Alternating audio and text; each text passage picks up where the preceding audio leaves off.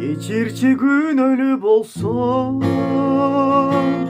gezimde barktay albay sen azapka salıp koysun.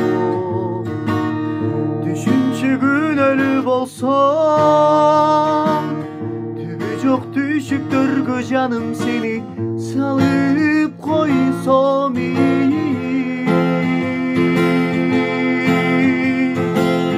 Gün ölüp olsun deli geleyim mi, cesimsiz ilap yürüvereyim mi?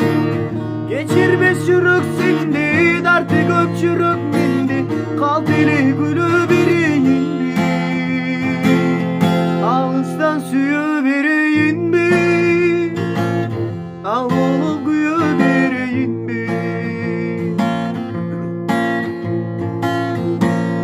Hem de yemin çağınadı,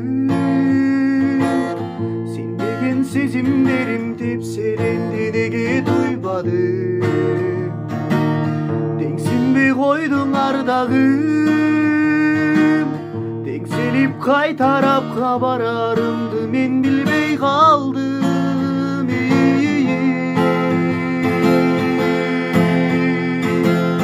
Gün ölüp olsam deli geleyim mi, cesensiz ıylap yürü